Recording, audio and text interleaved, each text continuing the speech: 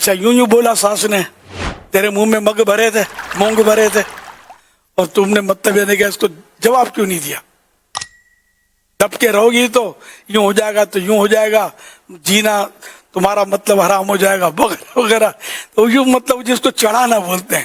بعض اوقات ہر جگہ ایسا نہیں ہوتا ہوگا کہ یہ مطلب اس طرح مطلب گھروں میں مسائل ہوتے ہیں. تو ماں باپ کو چاہیے کہ اگر بچی کو واقعی کوئی تکلیف پہنچی بھی ہے اس کو حوصلہ دے, اس کو حوصلہ دے, ہمت دے کہ بیٹا صبر سے کام لو. اگر کچھ کہا بھی ہے تو میں بھی تو کہہ دیتی ہوں, جس طرح میرا کہنا برداشت کر لیتی ہو تو اب تمہاری ماں وہ ہے, وہ بھی ایک ماں ہے تمہاری, تو تم اس کا بھی سن لو اور اس کو مطلب برداشت کرو. آہستہ آہستہ حالات انشاءاللہ بہتر ہو جائیں گے. اور واقعی اگر بندہ صبر سے کام لے یا بندی صبر سے کام لے نا, تو اگر کچھ ہوتا بھی ہے نا تو آہستہ آہستہ آہستہ وہ صورتحال تبدیل ہو جاتی ہے. صبر کرے تو. ہاں باقی جوابی کاروائی کرے, منہ میں سے مونگ نکال دے اور زبان اس کی نکل آئے باہر اور فائرنگ شروع کر دے, تو پھر پہنچنا بہت مشکل ہے, پھر جھگڑے بڑھ جاتے ہیں. تو اس لیے ماں اگر حکمت عملی جانتی ہو, بہنیں حکمت عملی جانتی ہو نا, تو گھر بچ جائے گا. ورنہ گھر خراب, یہ ماں بہنوں کی وجہ سے بعض اوقات, ہر بار نہیں, بعض اوقات گھر خراب ہو جاتا ہے. بہت پرانا ایک واقعہ ہے کہ ایک اسلامی بھائی تھے اپنے, وہ مطلب کچھ گھریلو مسائل ہوئے, تو پہلے بھی انہوں نے کچھ بتایا تھا. خیر پھر بعد میں یہ ہوا کہ وہ خود ہی روٹ کے جا کر میکے میں بیٹھ گئی. تو میں نے مطلب مجھے انہوں نے کہا کہ اب یہ بولتی ہے کہ تم لینے آؤ مجھے. تو میں نے کہا تم نے بھیجا ہے؟ بولا نہیں, یہ خود چلی گئی ہے.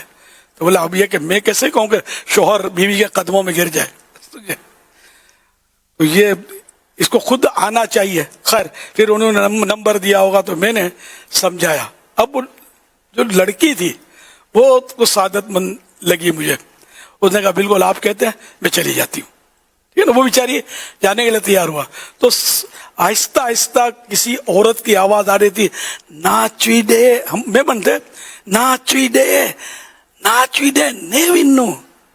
اچھا یعنی کہ وہ اس طرح کی آواز آ رہی تھی. میں اب اللہ بہتر جانے اس کی ماں تھی یا کون تھی وہ. تو اس نے کہا میں, پھر اب لڑکی نے کہا فون پر مجھے, میں نہیں جاتی. اچھا اب یہ ضد پیدا ہو گئی نا. نتیجہ یہ ہوا کہ اس اسلامی بھائی نے تنگ آ کر پھر اس کو 1 2 3 کر دیا, طلاق دے دی. یہ مجھے بعد میں پتا چلا, دے ہماری طلاق. اب گھر گیا ٹوٹ. اب وہ کچھ بچی یا بچہ ہوا تھا ایک.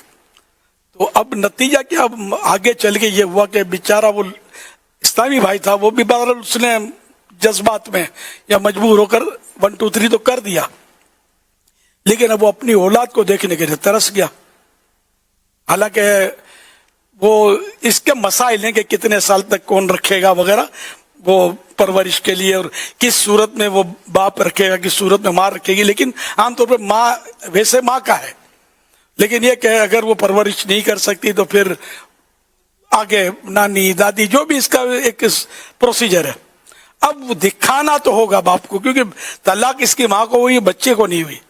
ملوانا ہوگا, وہ مطلب یہ سب کرنا ہوگا. لیکن اب یہ قابض ہو گئے اس بچے پر یا بچی پر, اور بیچارہ وہ ترسے کہ مجھے دیکھنے نہیں دیتے یہ لوگ, مجھے دیکھنے نہیں دیتے میری بچی کو یا بچے کو. یہ ظلم ہو رہا تھا. تو یوں مطلب گناہوں کے دروازے کھلتے ہیں اور گھر ٹوٹتے ہیں, بربادیاں ہوتی ہیں. تو یہ ماں یا بہن کوئی تو ہوگی جو کہہ رہی تھی نہ بول دے, نہیں جاتی. سمجھے, یہ اب ماں تو بوڑھی کب تک جیے گی, یا جس نے کہا وہ کب تک جیے گی. اس کی عمر چھوٹی لگ رہی تھی, آواز سے اندازہ ہوتا نا. تو بیچاری اس کا گھر کیسا تباہ ہوا. تو یوں مائیں بعض اوقات ایسی بھی ہوتی ہیں کہ توڑوا دیتی ہیں گھر اوپر رہ کے, اور پھر پریشانی. تو اس لیے کبھی بھی جذبات میں آ کر 1 2 3 نہ کیا کریں. بہت یہ سوچ سمجھ کر یہ فیصلے کرنے ہوتے ہیں. یہ مطلب خالہ جی کا گھر نہیں, گڑیا گڑے کا کھیل نہیں ہے. کہ بعد میں بہت پچھتانے کا وقت آتا ہے، بڑی رسوائی، بدنامی اور بڑے گناہوں کے دروازے کھلتے ہیں۔ صلو علی الحبیب صلی اللہ علی محمد۔